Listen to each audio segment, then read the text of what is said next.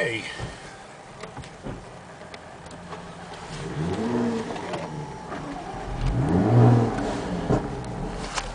Hey, it's Bob. We're in the Jag V6S. V6S. And yeah. we're with your name again? Ray Ingman. I'm your pro driver, and I'll be showing you what we can do with this car before we hand over to Terrific. Bob. Okay.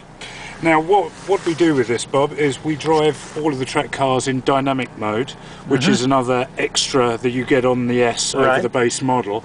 Now by engaging that, we can then go to the features screen, Dynamic Eye, and this set shows you that when you're in dynamic mode, it heightens the engine response, it puts a bit more weight in the steering to give you a bit more feel, it puts the adjustable suspension up to permanent full firm, and it speeds up the gear shift to the max, which you'll feel when we get on the track.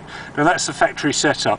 You can use this on the road, as my colleague Chris said earlier, and I'd probably suggest myself that the thing that I'd do on the road is put the suspension into normal, because otherwise on the road it's quite jiggly. Gotcha. Because it's continuously variable. Once you push the car it goes stiffer, but for track use we go to full dynamic. Got it.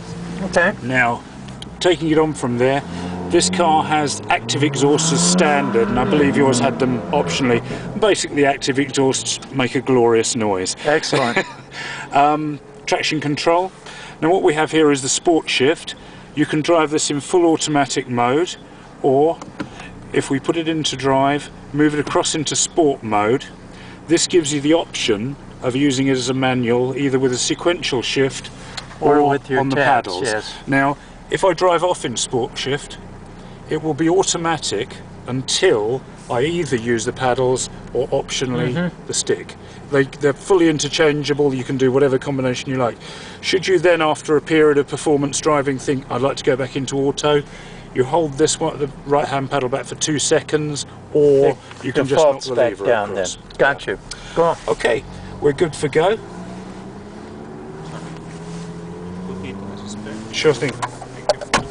Okay, now this Navarre track is something we call in Europe we call it a Grand Prix standard circuit. Yes. And in this area they'd dearly like to get a Grand Prix here. You'll see it's got a wonderful sequence of bends, very good runoff areas, very good gravel traps, so it can be done for the fastest racing. You could bring your Indy cars over here if you wanted. Okay, we're in auto mode, we're taking to the circuit. We stay to the right hand side of the blend line. If you look down here, that's the braking point. This is your first apex. From the apex we go to the brake point for the next. This is the turn in point. We come off the brakes, go for the apex cone, then aim for the next braking. Got it. Here we have the turn in. We turn in again, apex. We tend to apply the power after the apex and head for the next brake point. Did you see? Here we are. We turn in again, and this gives us the nice racing smooth line through the bends. We're still in full auto mode. We turn in. This is a nice late turn in. You apex, you let the car blend out to the braking point. On the brakes here, another late turn in, and here we have a double apex corner. With one apex, 2 apexes. As you can tell, this circuit is really great for demonstrating the car. Yeah. And I would stress, I mean, I'm a race driver myself, this car is utterly standard. Standard brakes, standard tyres, the whole thing. This is exactly as you're going to drive later in the day. And I'm lucky enough to have had this for a lot of laps of this circuit, and I'm blown away by the way this is as good as a lot of race cars. I'm now going for manual mode. You'll see in the centre here, you can see the gear shift position. Again, we head for the apex. Across to here, braking. We run up the right hand side of the track here, down into third, late turn in, apply the power at the apex. So we have this broadly similar pattern around the track.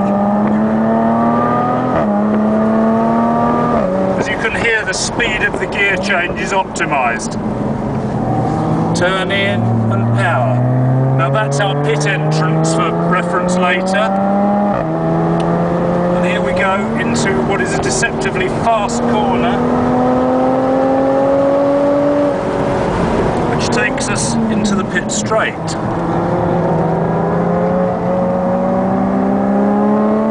Here we can give it the reins, give it some revs.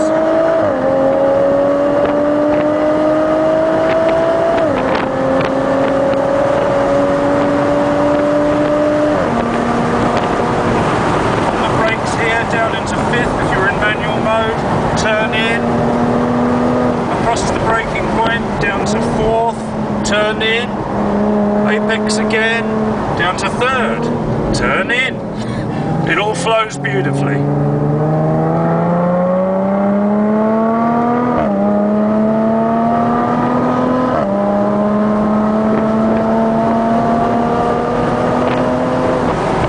Now this is about the only fourth gear corner. We go in quite quickly, we apex, we let the car come out to the right hand side of the track, we brake in a straight line, down into third, late turn in, apply the power early, and you'll feel the camber allows us to beautifully flow up to the second apex. And then we let the car drive out to the outside of the track, on the brakes, down into third again, nice late turn in, and this is the back straightaway.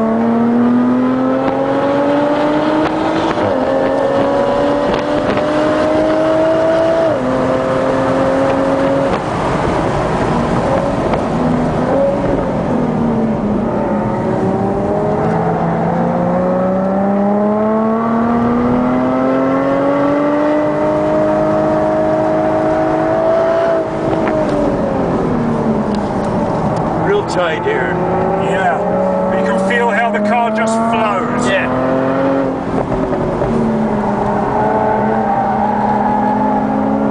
It's very flat.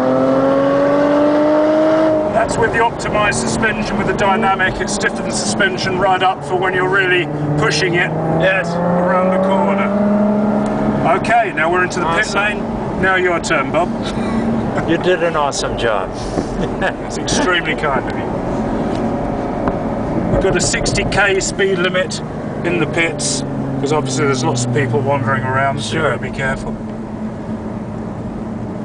This is rather convoluted too. That's right, I mean it's designed to slow a car. If you had a straight pit entrance, you could have people coming in too hot. Yeah, so I mean this saves...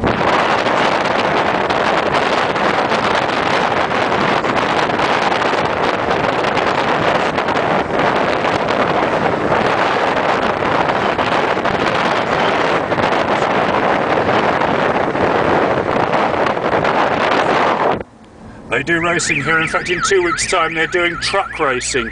And by trucks in Europe, we don't mean pickup trucks. We mean the full-size articulated. Oh, wow. Hey, that's fantastic.